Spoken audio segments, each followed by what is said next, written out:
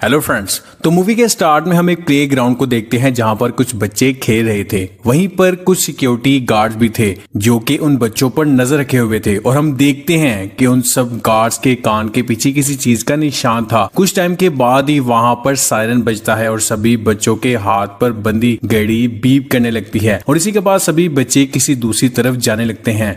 देखने में ये जगह बहुत अलग लग रही थी। दरअसल वो गार्ड्स मॉन्स्टर थे जिन पर इंसान की स्किन लगाई हुई थी। तभी हम एक आदमी को देखते हैं जिसकी स्किन उतरने वाली होती है और तभी वो अपनी स्किन को ठीक कर लेता है और हम बच्चों को देखते हैं जिन्हें बांधा जाता है और उनमें से एक मशीन के जरिए बच्चों के ब्रेन से कुछ निकाला जाता है जो रेज में बदलकर एक टावर पर लगती है जिससे वो टावर टूटने लगता है। तभी जमीन पर जलजला आता है जिससे एक बच्चे की आंख खुल जाती है। इसका नेम जैक था और तभी वो एक ड्राइंग बनाता है। वो जो उसने ख्वाब में देखा था या उसे जो भी विजन्स आया करते थे वो इसकी ड्राइंग बना लेता था। लेकिन इन विजन का मकसद क्या था किसी को इस बारे में नहीं पता था। इस बारे में जैक की मदर को भी पता था लेकिन वो जैक पर बिलीव नहीं करती थी। वो अकेले रहने लगा क्योंकि किसी ने भी कभी उसकी बात पर यकीन नहीं किया। आज जब जैक डॉक्टर के पास जाता है तो डॉक्टर उसे कहता है ये सब तुम्हारी कम नींद की वजह से हो रहा है। जब जैक वहाँ से बाहर आता है तो रास्ते में जैक एक अजीब आदमी को देखता है जिसकी स्किन लटक रही थी। वो उसे ठीक करता है। यानी ये सब जैक का विजन नहीं बल्कि रियलिटी में भी वही मॉन्स्टर्स थे। तभी उसे एक आदमी मिलता है जो उसे कहता है कि तुम अब ध्यान से रहो क्योंकि वो लोग बच्चों को उठाते हैं और अब उनकी नजर तुम पर है। अब जब जैक घर आता है तो वो घर पर सो जाता है लेकिन अब की बार जो इंसान उसके विजन में आता है वो एक मैजिशियन था। वो अपने मैजिक से लोगों को मैनिपुलेट कर सकता था। वो उनके ब्रेन को रीड कर सकता था और ये मैजिशियन भी कोई इंसान नहीं बल्कि एक मॉन्स्टर ही था। तभी हम जंगल को देखते हैं जहाँ एक बाप और बेटा बैठे हुए थे। तभी ये किसी की आवाज सुनते हैं। ये कोई और नहीं बल्कि वही जादूगर था।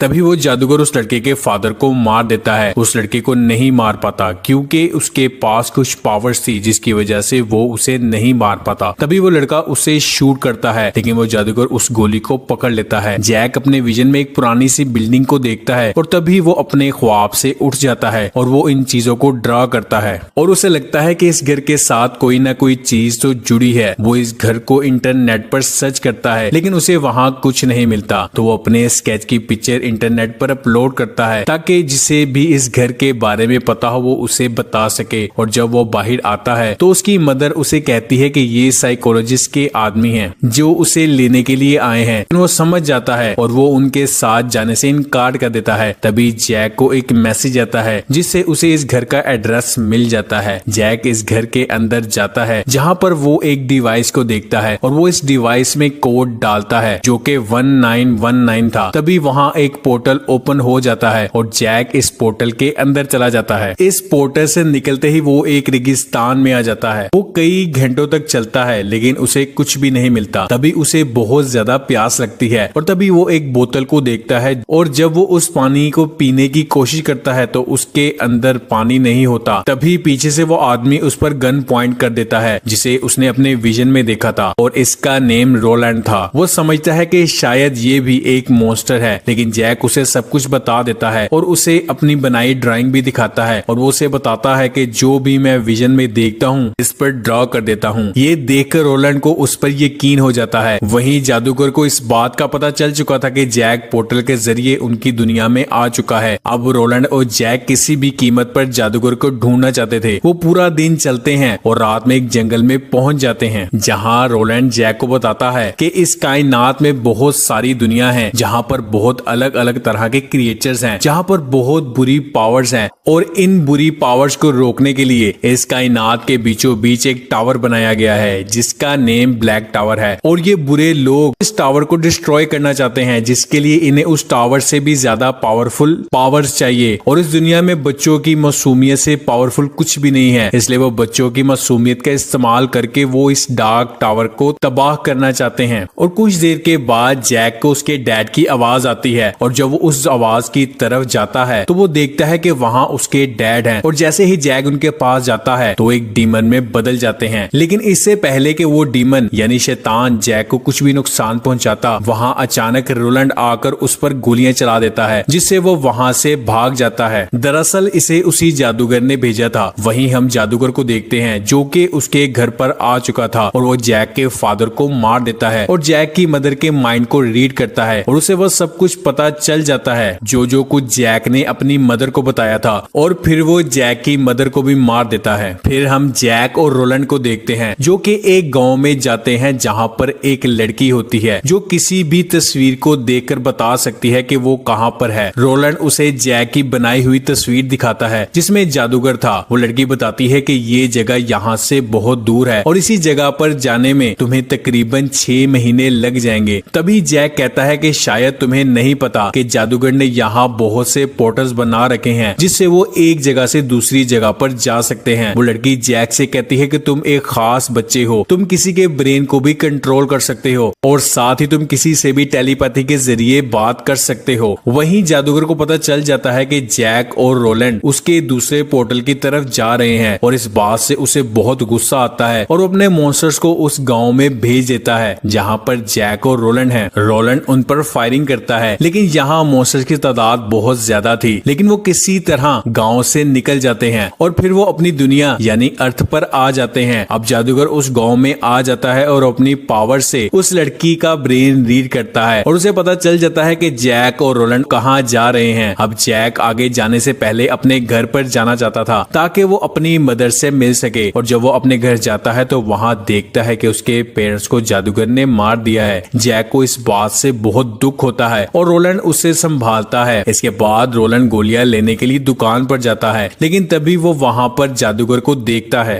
रोलैंड उस पर गोलियां चलाता है लेकिन उस पर किसी गोली का असर नहीं होता, इसलिए रोलैंड वहाँ से भागता है। वो देखता है कि वो किसी दूसरी जगह पर है। तभी जैक दिखाया जाता है जिसके पीछे कोई आदमी था। तभी उसके सामने एक वैन आती है और वो उसे किडनैप कर लेते हैं और वो जैक को जादूगर के पास ले जाते हैं। जादूगर जैक को उसी जगह पर ले जाता है जहां वो बच्चों की मासूमियत को डार्क टावर को तोड़ने के लिए इस्तेमाल करता है। तभी जैक अपनी टेलीपैथी की पावर से रोलैंड को अपनी लोकेशन के बारे में बताता है और उसे रोलैंड का एड्रेस और पासवर्ड बता देता है ताकि वो जैक तक पहुंच सके। और रोलैंड ऐसा ही करता है और जब वो भी उस जगह पर आ चुका था तो रोलैंड आते ही जादूगर पर गोलियां चलाता है लेकिन जादूगर इन्हें ब्लॉक कर लेता है। लेकिन तभी रोलैंड उसके ऊपर वाले शीशे पर गोलियां चलाता है लेकिन वो जादूगर पर गिरने से पहले ही जादूगर उन्हें रोक लेता है और रोलैंड की तरफ फेंकता है जिससे रोलैंड का एक हाथ जख्मी हो जाता है और उसकी गन नीचे गिर जाती है। ये देखकर रोलैंड छुप जाता है और अब वो जानता था कि जादूगर को सामने से नहीं मारा जा सकता। अब जब रोलैंड फिर से मुकाबला करने की कोशिश करता है तो जादूगर उसकी तरफ गोलियां फेंकता है जिससे रोलैंड का दूसरा हाथ भी जख्मी हो जाता है और रोलैंड के दोनों हाथ जख्मी हो चुके थे और तभी जादूगर उस पर दीवार को गिरा देता है जिससे वो बहुत ज्यादा जख्मी हो जाता है। और अब जैक जो कि अभी भी बंधा हुआ था वो टेलीपैथी के जरिए रोलैंड को मोटिवेट करता है, जिसके बाद रोलैंड अचानक उठता है और इस बार वो जादूगर को सामने से नहीं मारता बल्कि दूसरी तरफ से गोली चलाता है। लेकिन इससे पहले कि जादूगर कुछ समझ पाता वो गोली जादूगर के दिल पर लगती है और इसी बात का फायदा उठाकर रोलैंड उस पर फिर से गोली चलाता है और साथ ही वो जैक को भी आजाद करवा लेता है। रोलैंड उस मशीन को भी तबाह कर देता है जिससे रेस को डार्क टावर पर फेंका जा रहा था। आखिर में रोलैंड जैक से कहता है कि तुम्हारी फैमिली में भी कोई नहीं बचा तो क्यों ना तुम मेरे साथ मेरी दुनिया में ही चलो, और जैक उसकी बात मान जाता है और इसी के साथ इस मूवी का एंड हो जाता है।